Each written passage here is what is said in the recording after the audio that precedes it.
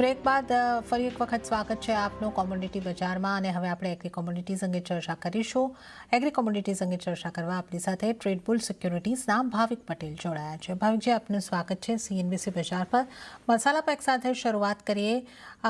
ધાણા અને જો હળદરની વાત કરી લઈએ તો હળદરમાં થોડું દબાણ હતું. જીરા અને હળદર કહી શકીએ થોડા ફ્લેટ રહ્યા.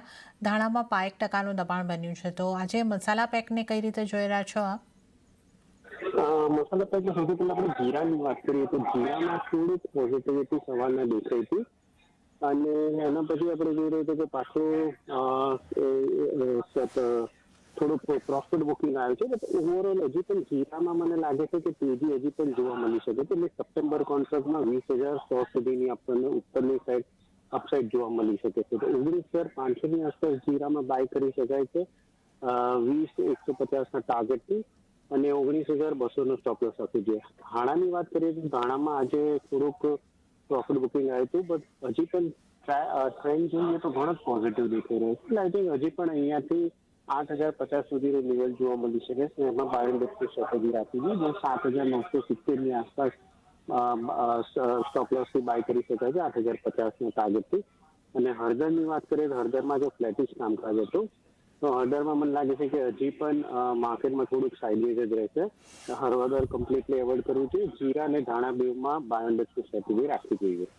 ઓકે, તો મસાલા પેકમાંથી જીરા અને ધાણામાં ખરીદી કરીને ચાલો. જીરાની જો વાત કરીએ તો 20,150ના ટાર્ગેટ માટે ખરીદી કરો, 19,200નો સ્ટોપ લોસ. અને ધાણાની વાત કરીએ તો 8,050ના ટાર્ગેટ બનતા જોવા મળી શકે છે. 7,970નો સ્ટોપ લોસ ધ્યાને રાખો. તો આ મસાલા પેકની વાત કરીએ. ગુવાર પેકમાં આજે દબાણ રહ્યું છે. ગુવાર સીડ એક ફ્લેટ ટુ નેગેટિવ કામકાજ સાથે બંધ થઈ છે અને ગુવાર ગમમાં 0.37% જેવું દબાણ બનતું દેખાયું છે. ગુવાર પેકમાંથી આપની કઈ રીતની સલાહ બનશે? ગુવાર સીડ હજી પણ જોઈએ તો 5,350થી 5,150 આ રેન્જમાં ટ્રેડ કરી રહ્યું છે. કોઈ ડિરેક્શન દેખાઈ નથી રહ્યું. તો આમાં પણ મને લાગી રહ્યું છે કે કશે હાલ મોટી કોઈ ડિરેક્શન આવી શકે એમ નથી. જ્યારે પણ 5,200ની આસપાસ આવે છે તો બાય કરી શકાય છે અને 5,400ની આસપાસ આવે છે તો શોર્ટ કરી શકાય છે.